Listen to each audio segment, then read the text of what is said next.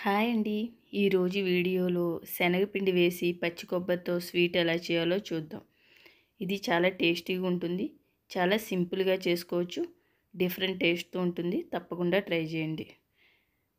ఇలా 3 సమాన బౌల్ తీసుకోండి. ఒక బౌలు శనగపిండి, ఒక బౌలు పచ్చి కొబ్బరి తురుము, ఒక బౌలు బెల్లం తురుము. బెల్లాన్ని చిన్న చిన్న ముక్కల కింద కట్ చేసుకుని మిక్సీలో వేసుకుంటే ఇలా పొడి కింద తయారవుతుంది.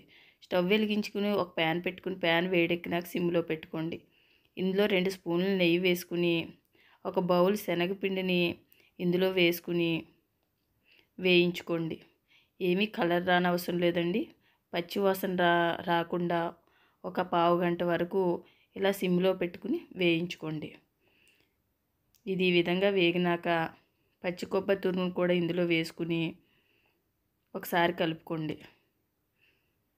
ఈ రెండు కలిసేంత వరకు ఒక 5 నిమిషాల వరకు వేయించుకోండి. ఇలా కొంచెం ఫ్రై అయినాక బెల్లం తురుమును కూడా ఇందులో వేసుకుని ఇవి రెండు కలిసేలాగా బాగా ఫ్రై చేసుకోండి.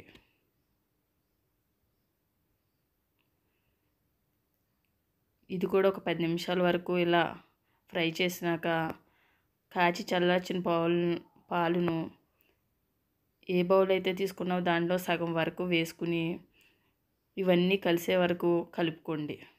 ఇలా కలుపుతూ ఉంటే ముందు లిక్విడ్లా అయ్యి తర్వాత మళ్ళీ దగ్గర పడుతుంది. ఇలా కలుపుతూ ఉండండి. ఈ ప్రాసెస్ అంతా సిమ్లో చేసుకోండి. ఇలా కొంతసేపు వేగినాక కొద్దిగా ఇలాచీ పొడి కూడా వేసుకుని బాగా కలుపుకోండి. ఇలా కలుపుతూ ఒక పావు గంట వరకు పడుతుందండి ప్రాసెస్. ఇలా దగ్గర పడుతుంది.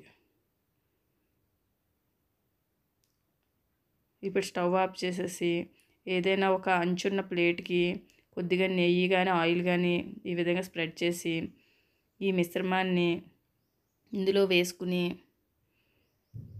ఏదైనా ఒక గిన్నెకి ఆయిల్ పూసి సమానంగా చేసుకోండి. ఏదైనా స్పాచులర్తో కూడా ఈ విధంగా చేసుకోవచ్చు.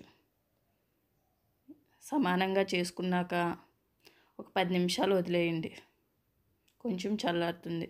తర్వాత వీటిని పీసుల కింద కట్ చేసుకోండి. ఏదైనా చాకు ఇలా స్పూన్తో మీడియం సైజు ముక్కలుగా కట్ చేసుకోండి. ఇది మరీ ఏమి గట్టిగా అవ్వదండి. కొంచెం హల్వాలాగా స్మూత్గా ఉంటుంది. టేస్ట్ అయితే బాగుంటుంది. తప్పకుండా ట్రై చేయండి. అంతేనండి. ఈ వీడియో మీకు నచ్చినట్లయితే లైక్, షేర్, సబ్స్క్రైబ్ చేసుకోండి. సబ్స్క్రైబ్ తప్పకుండా చేయండి. లైక్ చేయండి. Thank you for watching. Bye bye.